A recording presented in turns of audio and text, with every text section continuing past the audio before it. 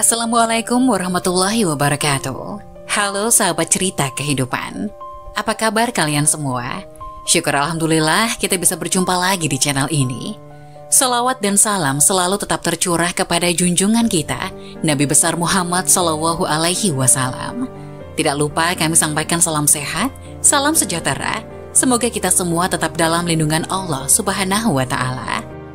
Seperti biasa, kita akan berbagi kisah dari yang unik, menarik, sampai bikin nangis. Semoga bermanfaat.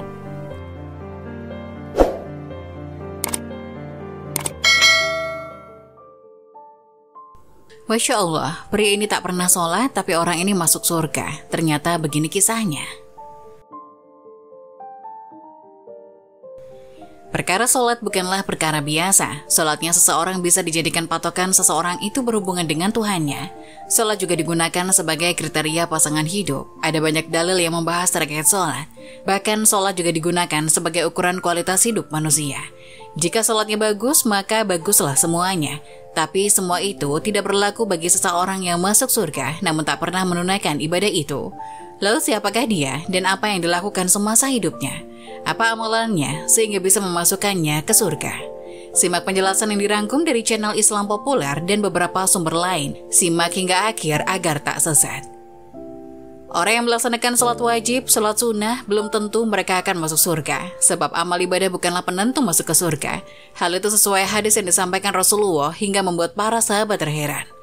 Tidak seorang pun masuk surga karena amalnya. Sahabat bertanya, sekalipun engkau wahai Rasulullah? Beliau menjawab, saya pun tidak, kecuali berkat rahmat Allah kepadaku. Oleh karena itu berlaku luruslah dan bertakoruplah, dan jangan salah seorang dari kalian mengharapkan kematian. Jika dia orang baik, semoga bisa saja menambah amal kebaikannya, dan juga dia orang yang buruk akhlaknya, semoga bisa menjadikan dia bertobat. Hadis riwayat Bukhari. Meskipun seseorang terlihat rajin beribadah, namun Allah bisa saja memasukkannya ke neraka. Hal ini pernah terjadi di zaman Rasulullah. Dalam kitab Al-Adab Al-Mufrad, terdapat kisah yang diriwayatkan oleh Imam Bukhari. Dikisahkan terdapat sahabat yang memberitahukan kepada Rasulullah tentang seorang wanita ahli ibadah tapi suka menyakiti tetangganya dengan lisannya. Mendengar hal itu Rasulullah bersabda, tiada kebaikan padanya dan dia termasuk penghuni neraka. Masuknya seseorang ke dalam surga tidak bisa ditentukan dari ibadahnya. Bisa saja ada yang pernah melakukan ibadah seperti sholat tapi bisa masuk surga. Lalu siapakah orang itu? Iya, hal ini pernah dialami oleh seseorang dalam pada zaman Rasulullah. Orang tersebut merupakan Ammar bin Sabit.